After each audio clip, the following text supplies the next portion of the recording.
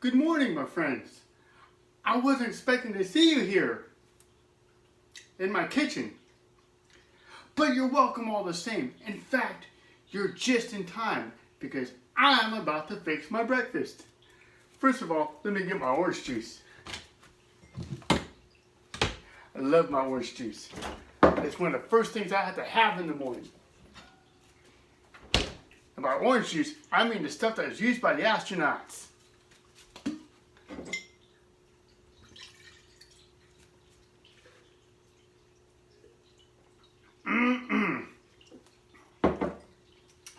Well, like I said, I'm so glad you could join me today because I'm going to make my most favorite breakfast of all time. And maybe you guys would even like to help me at home. Would you like to do that? Excellent! Okay, well, first of all, we're going to need some ingredients. Now, you kind of bust me because, as you can probably tell, I am a bit of a Star Trek fan. So I'll tell you what, I'm not just going to go and get up all the ingredients all together. That'll take too much time. How about we beam them down? Does that sound like fun? Okay, here we go. Clownboy to Enterprise. Go ahead. Beam down my breakfast ingredients.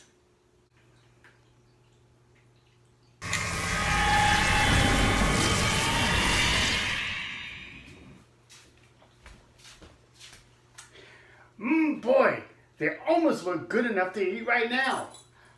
But you shouldn't. No, we need to mix these all up together and then cook them up. That way we'll have a wonderful, delicious breakfast. Okay, the first thing we need to do is to take our flour, our baking soda, and our salt. And we'll go ahead and combine them like this. Get that all in there because you want to make sure you use all of your ingredients. And then using a whisk, we whisk them together, just like that. Make sure they're nice and mixed up.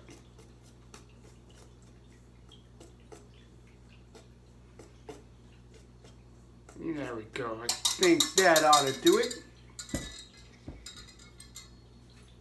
And remember, when you're done with your utensils, go ahead and put them in the sink. That way you can wash them as your breakfast is cooking. Now for the next part, you'll need a mixer. I've got a fancy one because I like to do a lot of cooking. But you can use a regular hand mixer, or if you really want to work out, mix it by hand, like that, yeah. But I don't recommend that. That'll wear you out really quickly. And you don't want to wear yourself out making breakfast, now do you? No. Okay, so what you got to do next is you got to add the butter and the sugar.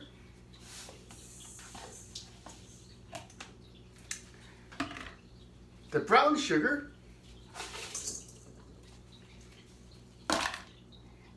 and your vanilla extract.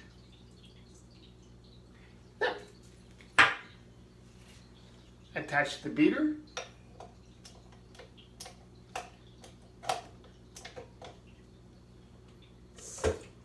Make sure if you use a big fancy mixer like mine, you lock it down because you don't want to accidentally fly all over the place. Don't ask how I know that. Okay, and then when you start it, don't just hit that fast button. No, you can make a big mess. Again, don't ask me how I know that. Start slowly.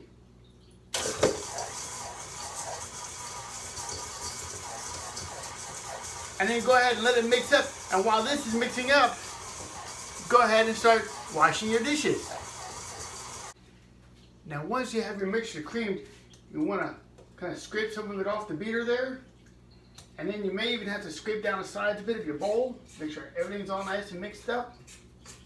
Because now it's time to add in the eggs. Or as I like to call them, the chicken embryos. And this is also important. You don't want to crack your egg over the mixing bowl. No, because some eggshell might accidentally get into the mixture. And then when you're eating your breakfast, you'll be crunching a broken eggshell. Don't ask me how I know that. Ask my future mother-in-law how she knows that. I almost forgot to tell you, when you add your eggs, do them one at a time. That way the egg mixture is thoroughly mixed up evenly instead of one big gloppy egg. So the next part we're going to do is add in the flour and sugar and baking soda mixture. And we're going to do this a little bit at a time, just like this. Of course, again, make sure that your mixer is on a low setting. You don't want this stuff flying all around everywhere. Just a little bit at a time, and you let it get mixed up. A little bit more, and you let it get mixed up. And you do this until your bowl is empty. And now for our final ingredient, the chocolate chips. I just like pouring the whole bag in there. Maybe sneaking one or two for myself.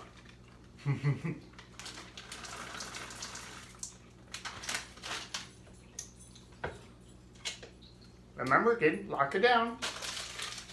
Low speed. And we'll let that go for a minute or two. Make sure they're all mixed in. And again, you'll have to scrape down the sides and sometimes scrape off the beater because the batter is really, really thick now. So it has a tendency of sticking to the beater and it won't get mixed up that way. Chocolate chips are good. And our batter is done. So go ahead and take the beater off. Now, when I was a kid and I used to cook with my mom, sometimes she would let me lick the beater. And sometimes she would even turn the mixer off first before I would do that. I might save this for later. Dessert. Breakfast dessert. Now you want to take your batter, go ahead and put it on the counter or any working space that you might have. Then I have a baking sheet covered with parchment paper. This way it helps keep your baking sheet a lot cleaner and you don't have to grease it down. Now I have here a little teeny tiny ice cream scoop. This isn't for making small ice cream. No, because you don't want to make small ice cream. No, you want to make big ice cream. So for big ice cream, you need a big ice cream scoop. No, this is a small scoop. It's kind of like an ice cream scoop, but it's for scooping out your batter, like this. And this way you get an exact measurement every time. And you just drop it down, just like you would an ice cream cone or a scoop of ice cream. And you want to keep doing this until you got your baking pan all filled up. Now, of course, you don't want these too close together either, because as they bake, they'll spread and they'll stick together, and then that'll make a mess. And you don't want to make a mess. No, you want these to be perfect. So I like usually doing about 5 on each row. And I usually do about 3 rows each. So I usually do about 15. And I've also preheated my oven already. So once I'm done with this, I can go ahead and put it in my oven. It's at 375 degrees. And we're gonna bake them for about 8 to 10 minutes.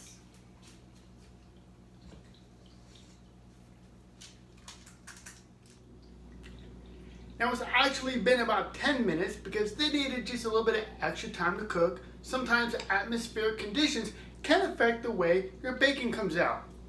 So let's see what we got.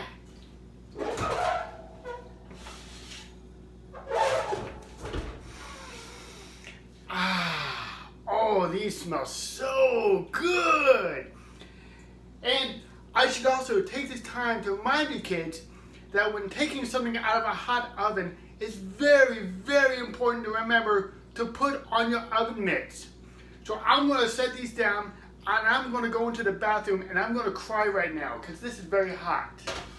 I'll be right back.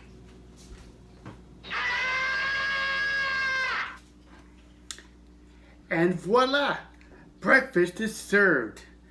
I can't wait to dig into these.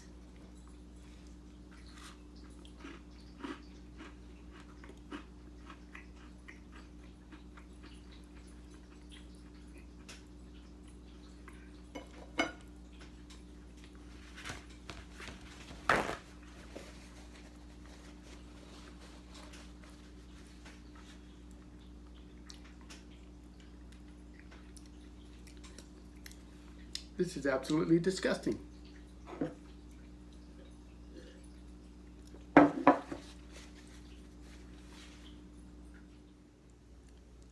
Of course, my friends, I hope you know I was only being silly. Don't really make cookies for breakfast. No, that's not really healthy. Even though it does have eggs in it. Eggs are healthy, right? Yeah. No, no, no, no, no, no, no. Don't actually make cookies for breakfast. Use a balanced breakfast.